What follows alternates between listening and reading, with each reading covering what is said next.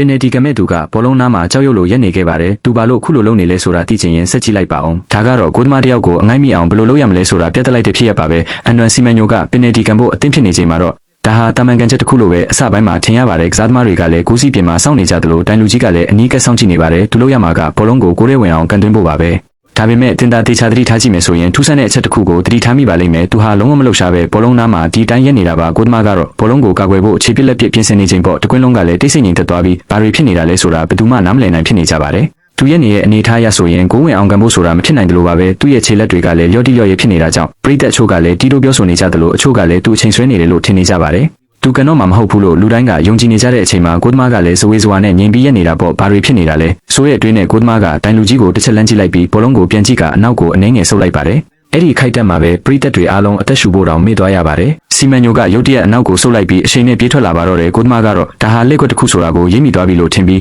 အေးအေးဆေးဆေးစောင့်နေခဲ့တာပါစီမန်ညိုရဲ့လှုပ်ရှားမှုတွေကနှေးကွေးနေတာကြောင့်အချိန်ယူဖို့အဝေးကြီးပြေးဦးမယ်လို့သူကထင်ထားတာပါဒါပေမဲ့ဒီကစားသမားဟာတကယ့်ပါရမီရှင်တယောက်ပါအရာအလုံးဟာမျက်စိတမိတ်အတွင်းမှာပဲဖြစ်ပျက်သွားပါတယ်သူဟာအရှင်ယူပြေးနေရင်လန်တဝက်မှာရုတ်တရက်ရက်လိုက်ပြီးတော့မှရှေ့ကိုအရှင်ကုန်တင်ကဒုံးချီတစင်းလိုပြေးဝင်သွားပါတယ်သူ့ရဲ့ကန်ချက်ကမြန်ဆန်လုံးတယ်လို့တိကျလွန်းလာပါတယ်ကိုသမားကကာကွယ်ဖို့စူးစမ်းလိုက်ပေမဲ့လည်းဘောလုံးကတော့သူ့ကိုကျော်ဖြတ်ပြီးဂိုးပိုက်ထဲကိုလှလှပပကြီးတိုးဝင်သွားခဲ့ပါပြီအခုလိုစိတ်ဝင်စားဖို့ကောင်းတဲ့ဘောလုံးလောက်ခဲ့တဲ့အခိုက်အတန့်ဗီဒီယိုတွေကိုတင်ဆက်ပေးသွားမှာမလို့အကောင့်လေးကိုဖော်လို့လုပ်ပြီးယော်နယ်ဒိုရဲ့ပရိသတ်တယောက်ဆိုရင် CR7 လို့မှန်းသွားပါအောင်နော်